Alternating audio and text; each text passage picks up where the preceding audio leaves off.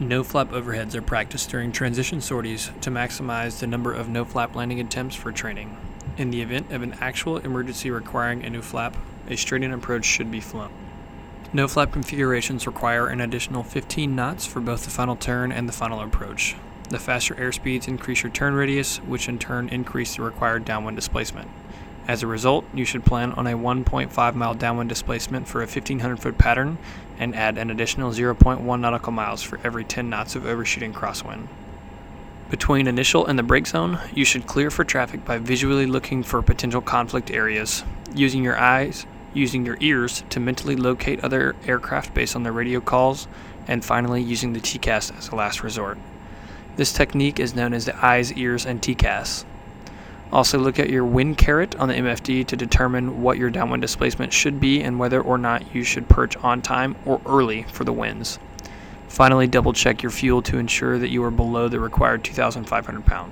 Once in the brake zone and clear of traffic on inside downwind, stand your throttles up and begin a gentle turn towards inside downwind. Modulate power and pull to roll out on inside downwind with the appropriate corrections for crosswind between final turn airspeed and 240 knots. Be sure to correct your ground track to ensure you do not have a converging vector towards the runway. Continue to listen for traffic in front of you. Most conflicts on a no-flap will arise from an aircraft approaching late in front of you or you being unable to visually acquire an aircraft on a straight-in inside of 4 miles. If either of those situations arise, break out. Perch once you are abeam your point of intended rollout, corrected for any tailwinds at altitude. Your point of intended rollout on final is the same as a normal pattern, however, you will be wider from the runway than a normal pattern, so the normal visual cues of 45 degrees off the runway or looking down the lines in the underrun will cause you to perch late.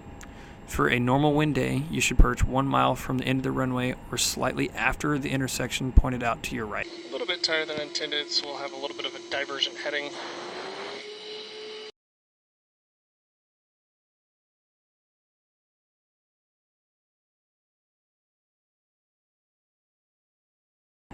In the final turn, you should be approximately 4 to 6 degrees nose low and 88% power, at least 45 degrees of bank, and set your AOA at approximately 0.6. You should continually cross-check your aim point by visually looking at the runway, your airspeed, and your VVI to ensure that you have not developed an excessive sink rate. Take occasional glances through the front windscreen to ensure that you're setting a half-ground, half-sky picture. Alright, 6 degrees nose low, 45 degrees angle of bank. Slightly high AOA.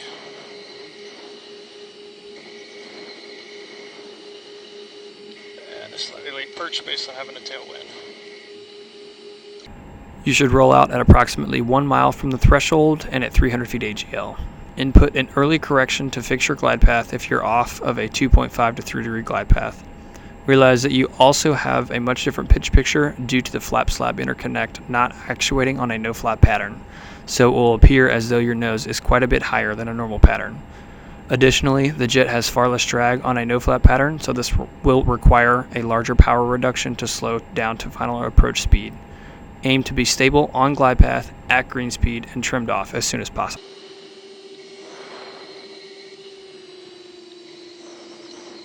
Just drag in, slow down to green, driving straight and level to catch my glide slope. 1 white, 2, 3 red. Early power pulls for the no flap, late power pulls for the winds. Again, due to the reduced drag on the aircraft, you should aim to pull your power roughly 300 to 500 feet sooner than a normal pattern, but you must exercise extreme caution on timing your power pulls to avoid developing a dangerous sink rate. Always consider your glide path and altitude above the ground before you pull your power to idle. If you're determined you are on an unsafe glide path to pull your power at the appropriate point, execute a go-around and try again.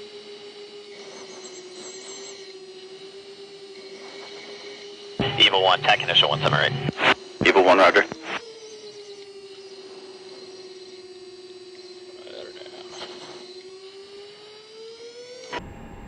As a final consideration on a no-flap touch and go, there is no defined zone for an EP pattern, but always exercise good judgment, consider engine spool up time and the reduced lift on the aircraft. Execute a go-around if you have not touched down before you have used up too much runway to safely stop or take off in the runway remaining.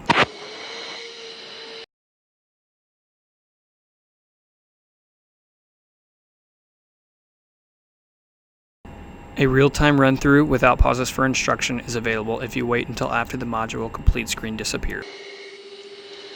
Alright, just show Vance Tower, Evil 1, 1 mile from carrier, request TAC initial 17 right. Evil 1, tower approach is requested. Evil 1. late side of the brake here. Just gonna leave my power where it is for this nice wide no flap displacement. Already talk speeds. Dragging the PETA boom across the horizon. Flight path marker across the horizon as well. Looking to roll out. 225 to yellow personally.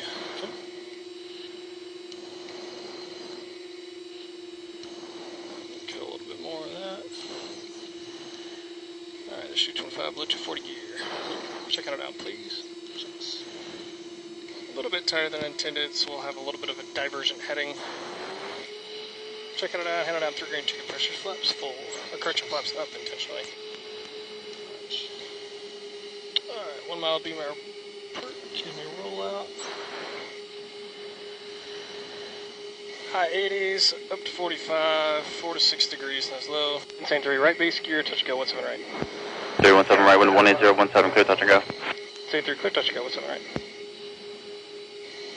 Alright, 6 degrees, nose low, 45 degrees angle of bank. Slightly high AOA.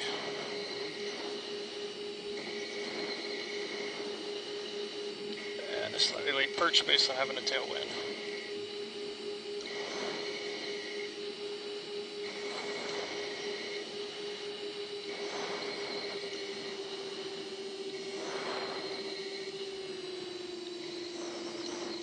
Just drug in, slow down to green.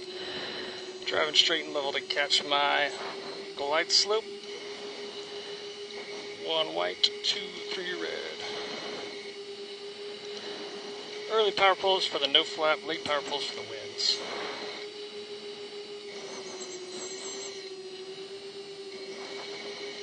Evil 1, TAC initial 17 right. Evil 1, roger.